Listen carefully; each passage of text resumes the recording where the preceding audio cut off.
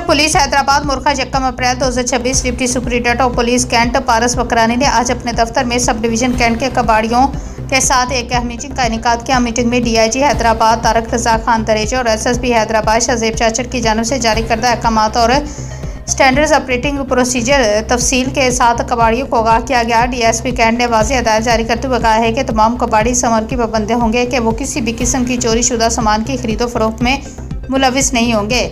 तमाम खरीदो फरोख्त के दौरान बेचने वाले अफराद की कौमी शनाख्ती कार्ड की कापियाँ हासिल करना लाजमी होगा। मज़ीद हदायत की गई है कि नशे के आदी अफराद से किसी भी किस्म की खरीदारी सख्ती से ममनू होगी, जबकि सरकारी स्क्रैप की खरीदो फरोख्त सिर्फ कानूनी तरीक़ाकार के तहत ही की जाएगी। इजलास में इस बात पर जोर दिया गया है कि किसी भी मशकूक सामान या सरगर्मी की सूरत में फौरी तौर पर मुतलका थाने या मुकामी पुलिस को इतला दी जाए ताकि बरवक्त कार्रवाई अमल में लाई जा सके।